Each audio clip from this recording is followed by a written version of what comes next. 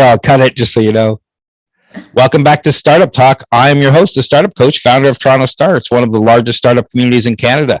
And with me today is Maria Konikov, Director of Operations at York Entrepreneurship Development Institute, or YEDI. Welcome, Maria.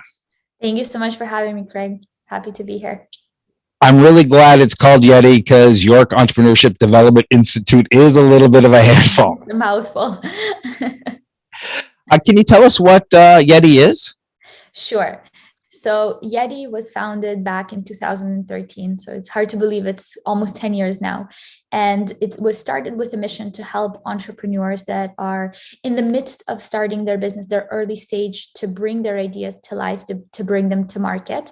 And it was started with an idea that any entrepreneur, there's no, the basics for entrepreneurs, don't apply to a specific sector.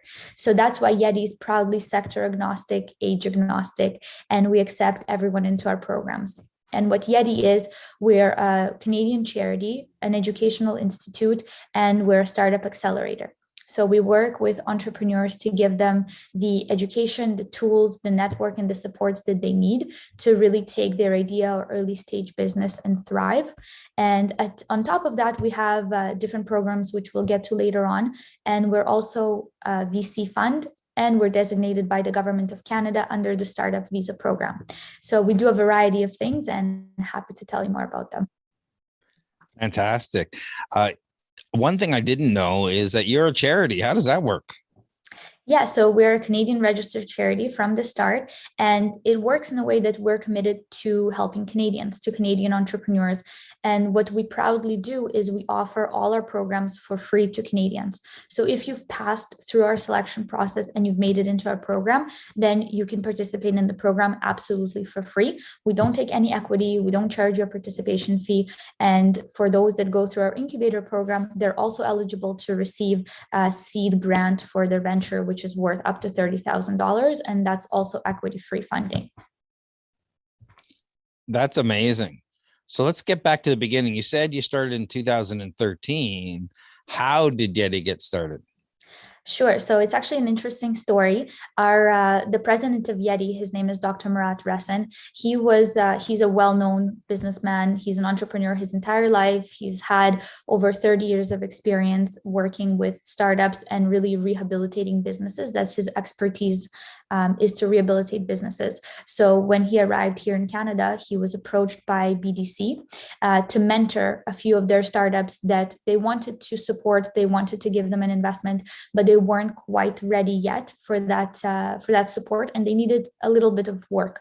So he was mentoring some startups at the time, and then he thought, well, how many startups can I really help just me doing this one-off?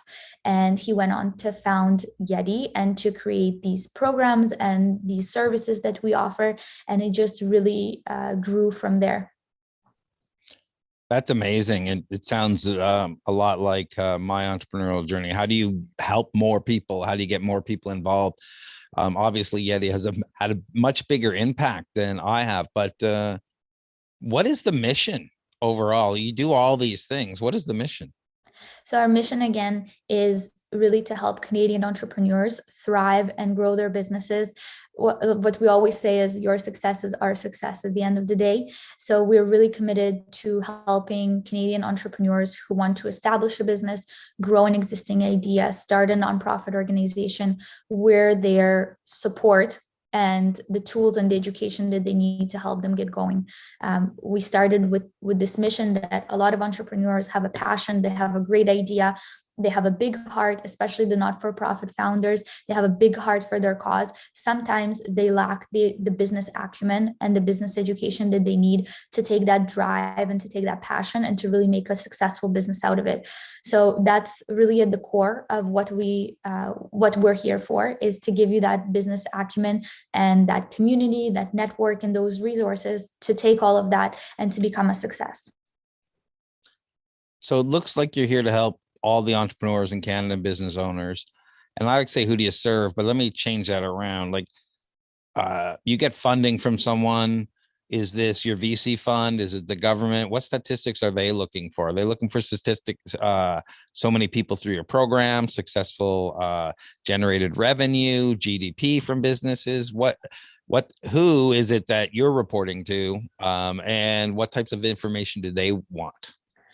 So we're reporting to our donors, basically. So we did at times get funding from the government as well.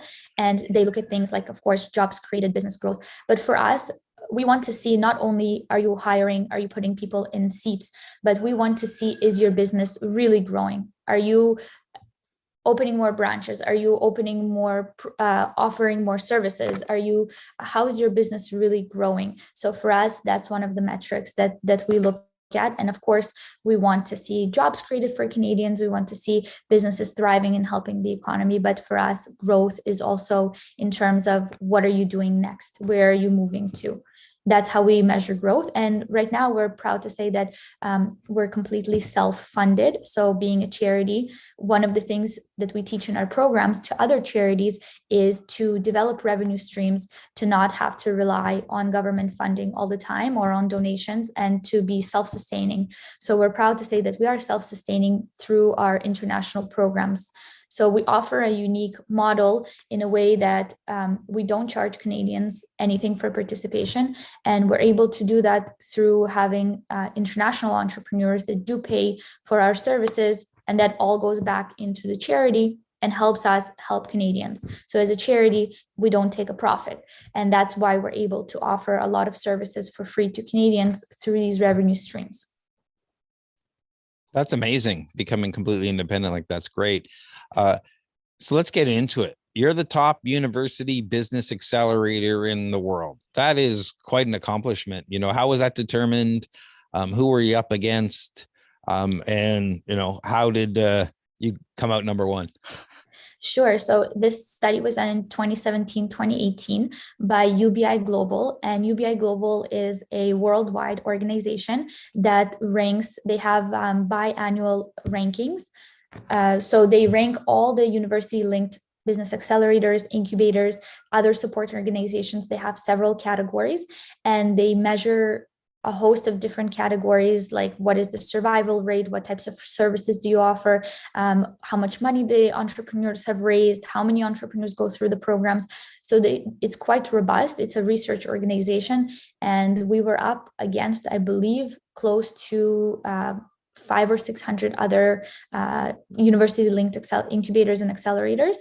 And the reason why we came out on top, according to their study, was due to the offering of our program. So the actual program, the academic program that we offer to entrepreneurs, ended up being ranked the top in the world and surpassing the others by a long shot, which we're very proud of. It's we offer a program that's in partnership with the Schulich Executive Education Center, which is our incubator program. And the quality of that program and the results that it has for entrepreneurs for their success, that's the reason why we were ranked. And another metric that they looked at was the survival rate, our company's survival rate is 87%, meaning that 1 year after they've graduated from our programs, they're still operating and they're growing. And it's considered to be the highest survival rate in the industry right now. So we're very proud of that. That's a great survival rate. That's amazing. You mentioned before that YEDI has a VC fund. Do you only fund people who graduate from your programs, or do you fund other startups? Yes, so we do. It is only open to alumni. And the reason for that is because it's different than other VC funds that you may be familiar with. The entire purpose of creating this VC fund is to help entrepreneurs that are in that middle point between being too advanced to raise seed funding, meaning grants and things like that, like the first round, and they're too small to raise a real Series A round. So we come in the middle when they already have a third investor interested, and we say that investor is willing to come in at point B, will help you get from point A to point B. So we invest in them so that they have enough funding to help them grow and to get to point B. at which point the third investor will come in and then we'll exit. And whatever revenue is made from that deal goes right back into the charity, goes right back into our programs. So it doesn't go back into anybody's pocket. It goes right back to supporting the entrepreneurs. So let's get right into some of your programs. Let's talk about the incubator program. Who is it for? Sure. So the incubator program, it's a 16-week long program. This is a program we offer in partnership with the Schulich Executive Education Center. It's open, it's sector agnostic, so it's open to any industry and any stage. And it is for-profit entrepreneurs. So that program, the idea of it is for early stage entrepreneurs that are coming in with an idea or a very early stage business to help them walk out with a full business plan, the right business model, marketing, and then they also have an opportunity to apply for the seed funding, which I mentioned, and they have an opportunity to establish connections with other investors and to pitch in front of our investor audience, which hopefully will be in person very soon. Yeah, we can't wait to everyone be back in person. I kind of feel like the online pitching events usually are recorded videos now, and it feels a little like cheating, but it's better it's better for some of the entrepreneurs. You mentioned that it's 16 weeks. How often is the intake program? Do you twice a week, twice a year? Is it quarterly? Exactly. So it is twice a year. We actually just this morning, our cohort graduated this morning. So the next intake will probably be closer to the winter. And it is twice a year, 16 weeks. And the benefit of the program is that it's only once a week and it's in the evening. So we really want to encourage entrepreneurs to continue working on their businesses during the day, full time as they normally would. And we want this to be a support that doesn't feel too intrusive, like having to attend like something full time. And when you graduate, where are the entrepreneurs at? You know, what experience, what education, what mentorship have they received? So we have an extensive list of mentors. We have close to 200 subject matter experts. These are all volunteer mentors from different fields. Sorry, I apologize for the background noise. I have a 7-month-old baby, so she's just having a hard time getting to a nap. So I apologize. You never have to apologize for being a mother. Yeah, thank you. So the mentors, they're volunteer mentors and they work with the entrepreneurs one-on-one. They volunteer their time. Aside from that, we have an extensive list of faculty members that they can turn to for support. So it's a hands-on program that combines both theory and practical knowledge. So everything that they learn in terms of theory, like about their business model or in marketing theory, they then go ahead and apply to their venture. And we also have subject matter experts on communication and pitching, which they also apply and they present their ventures at the end of the program to our funding audience. So they get a lot of support throughout their time when they're formally in the program, but then once they graduate, they become also part of our alumni network. And then they have access to all the supports that we offer, including space in our business acceleration campuses. They have access still to the mentors. They have access to our faculty, to the program advisors. And anytime they need anything, we really tell them that once you're done this program, you can't really leave because now you're family. So once you're part of the family, you're in it for life, and we're here to support you in any way that you need, in any way that we can. Yeah, and that's great. I know a bunch of startups that have worked with YEDI, and I'm surprised that we mentioned Javelin. You do support in a number of ways. I remember a couple of years ago when we actually were doing stuff in person, being at Collision, and I believe YEDI had a bunch of startups there, yes. including a good friend of mine, Imran Muna from InStage. So it took me a second to yes. They're great company there, and watching these startups grow and have that kind of exposure, and not only do you offer education, but paying for those startups to be there, to talk to investors and be in front of the thousands and thousands of people that are walking through. It's incredible exposure that otherwise costs a ton of money for startups, or they wouldn't have the opportunity to do that. Are there other opportunities like that I'm unaware of? Yes, so we're very proud of the opportunity we had at Collision. Absolutely, we had the island that we offered to our alumni ventures to take a part in it. and we had 10 alumni companies that had each a booth to display there. Aside from that, before pre-COVID, we actually had missions where we would take groups of entrepreneurs to different countries around the world to establish their business connections there.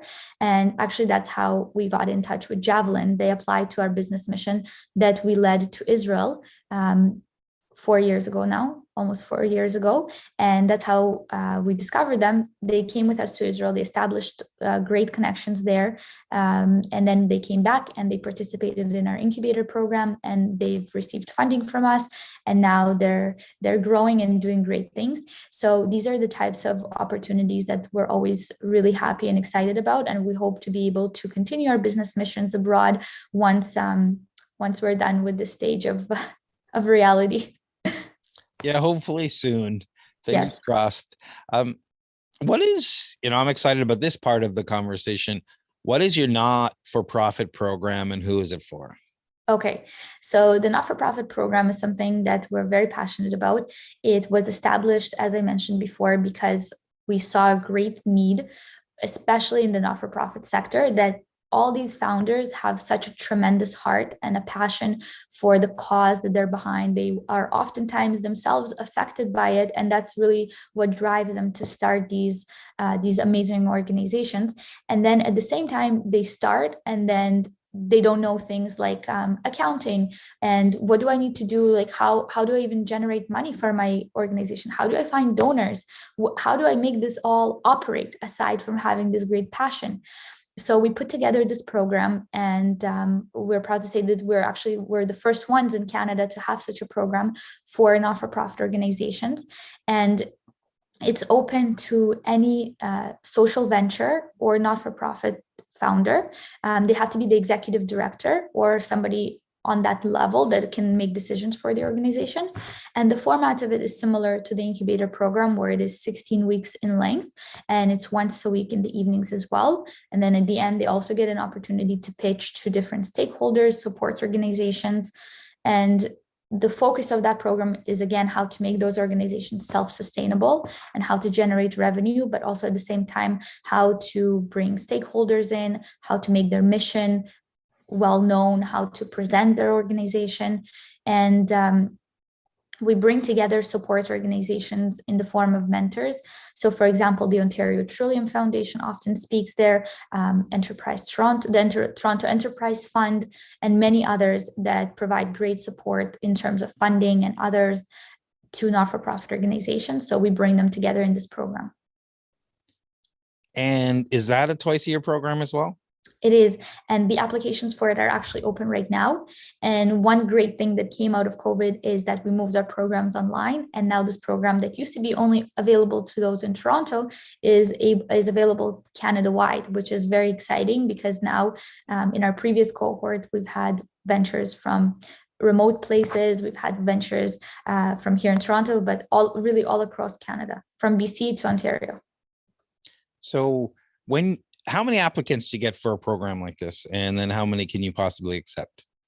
So for our incubator program, we receive between 600 and 700 applications per round, and we accept 15. So it is quite competitive to get in, not impossible, just competitive. And for our not-for-profit program, given that there are just a smaller number of nonprofit organizations, we typically get around 300 to 400 applications, and we also accept 15. And just because we're here and your applications are open, I'm going to ask you a couple more questions. What types of things do you look for in the application? Like, what differentiate? Do you have all these applications and you can only really support so many people at a time from a mentor level and a program per level? Yeah. What do you look for? What sets people apart in the application process? Sure. So we actually have an interesting application process. It's a 3-stage process. So the first stage is we don't know the selection committee that reviews the application doesn't see the name of the applicant. They only look at the business itself or the not-for-profit organization, and they review it based on those merits, like whether it has the potential to succeed, whether the idea is good, whether it's innovative enough. So, for example, we get applications from main street businesses like restaurants, hair salons, things like that. And although they can be great businesses, they're just not a fit for our programs because this is for more innovative type of businesses. So even if we don't accept someone, we typically have other resources that they can turn to. So for example, those main street businesses can turn to their local economic development office in their local municipality, which offers great support for those types of businesses. So the first stage is to really vet the business itself and to reject anyone who doesn't, who's not innovative enough. The second stage, we send out the short list of entrepreneurs, we send it out to subject matter experts in those fields. So for example, if we have a medical startup that's applying to us, we'll send their application out for review to a medical expert and then get their opinion on the venture itself and combine it with the previous score that they received on the business. And then the third stage is that we invite the entrepreneur to an interview. And during the interview, we vet the entrepreneur itself, because it's not enough to have a good idea and it's not enough to have a good business plan. You also need to be the right person to bring this vision to life. So we combine the results from all these stages, and that's how we select the final group of 15. So if I'm a not-for-profit, separate from like your incubator program and whatnot, when you're judging the business, are you looking at impact? Understand from, like, if you're looking at an incubator, you're looking at innovation and startup and growth and scalability, but that's a little bit different from a not-for-profit. Obviously, you're looking at viability, impact. What are types of things that somebody should be emphasizing if they're trying to get into your not-for-profit program? So exactly that. What is the impact on the community that you have? How many people are you hoping to support? What is your big mission that you're trying to achieve? And the not-for-profits, it comes down really to the interview and to make sure that the person itself is really the right leader and the right fit for the organization. For nonprofits, the idea and the mission itself, they're all so great and they're all amazing missions.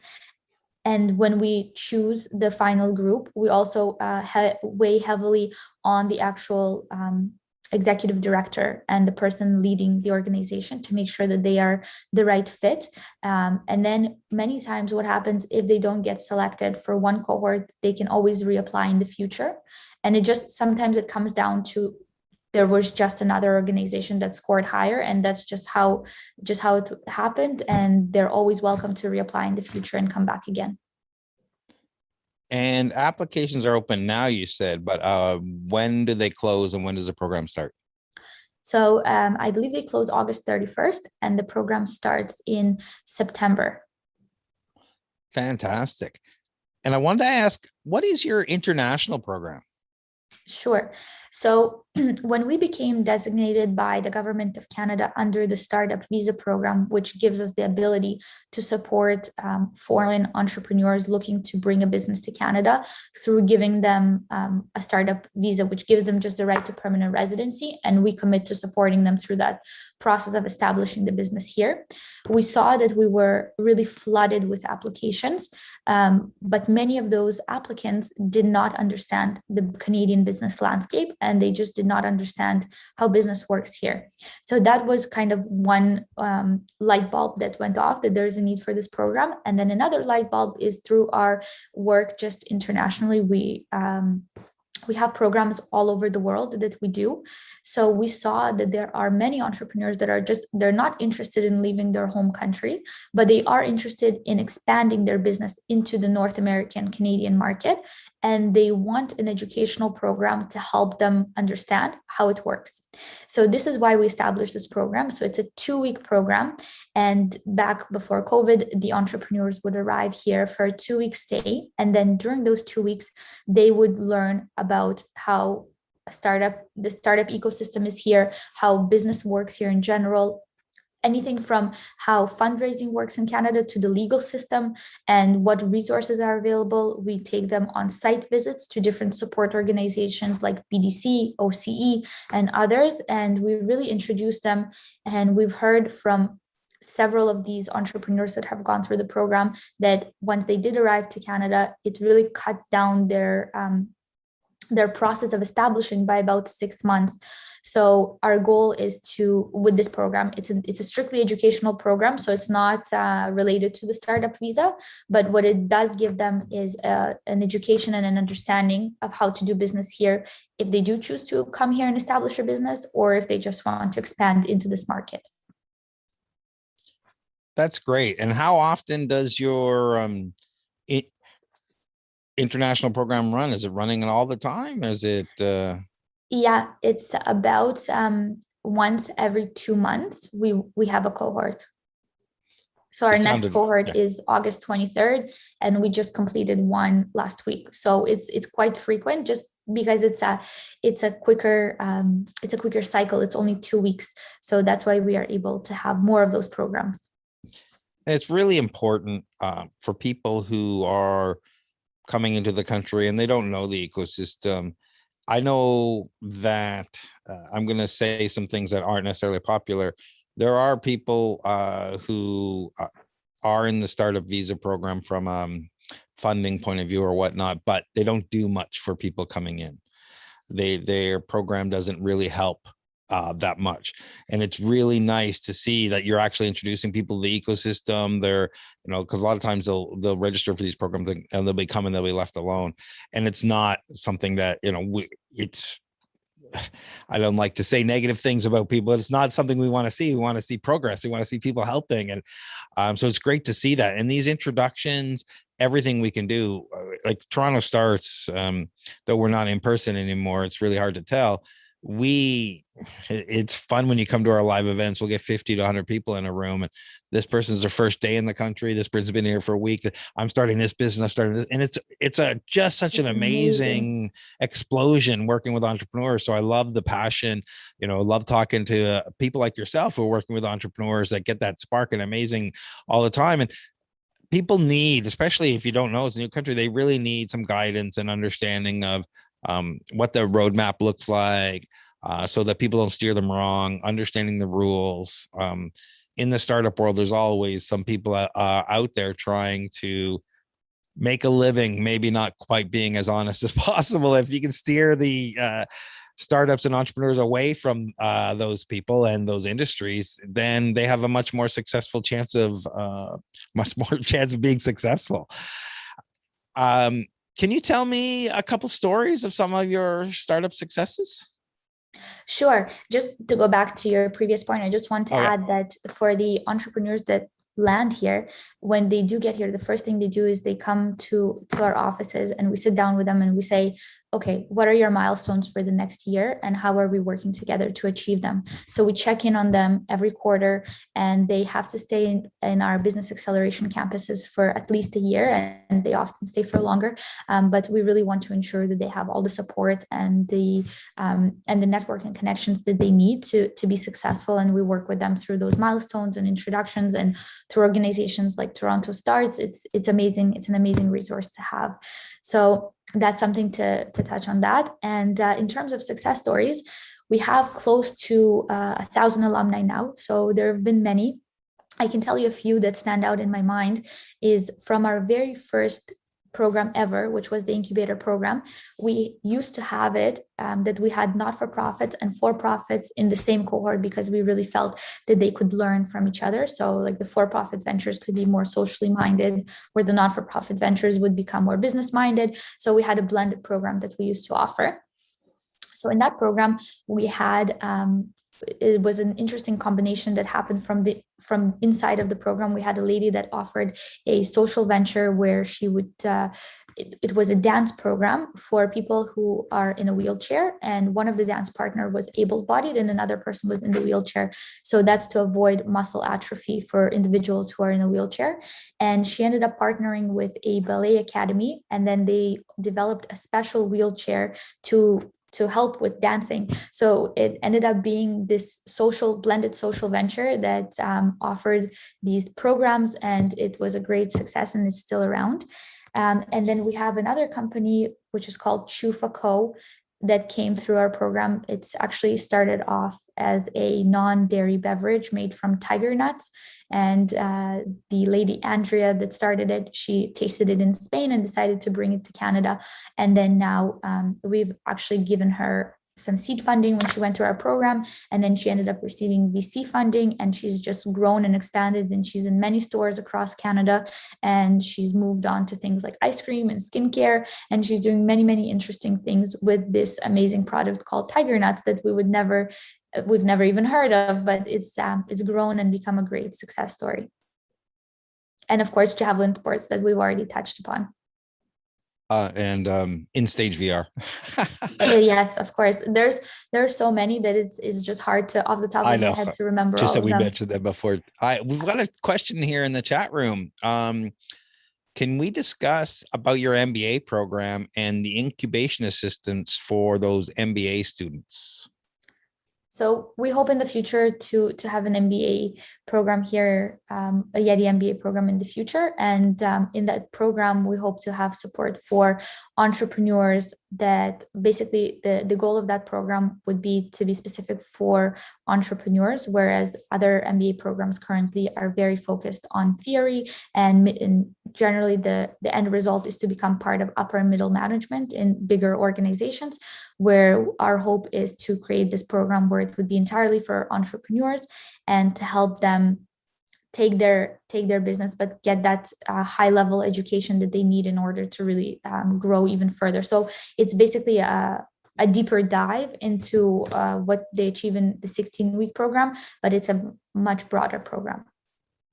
And is this in collaboration with the Schulich School of Business? No, it's not. So we're hoping to, right now, we have a program that we're working on with Plekhanov University in Russia. It's a program we have. Actually, YEDI has an academic department in the university in Russia that's developing this program. And we're hoping to also have another program here in Canada. And we're working also on a vocational program. So there are many things in the works. And it's just something that will come down the pipeline in the future. So for those people who are interested in following the MBA program, do they just follow your newsletter, go to your website? Where do they want to go go to make sure our they don't miss newsletter? it? They can follow, they can go to our website, go to subscribe to our newsletter, and we're always publishing more and more information.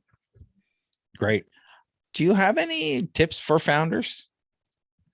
Yeah, the biggest tip that actually it's Dr. Resson that gives this tip all the time is find a problem in the world and find something to solve it. Because when you find a problem in the world and when you do good for society, you'll get that good coming back to you. That's a very good tip. Do you have any recommendations for resources or books for entrepreneurs? So there are many books that are available to entrepreneurs to study and to learn. What I would say is, instead of pointing out one specific book, I would just encourage you entrepreneurs to continue learning every day, to try at least 15 minutes a day, listen to that audiobook or do something that is moving you further and further towards your goal in the right direction. So it's something that it's not a sprint, it's a marathon, something that you can continually work on and improve every day. That's what's going to get you to success. So if people want to find out more, they want to apply, they want to find out more about YEDI and all your programs, where do they go? So the best place to go is to our website, which is just yedinstitute.org.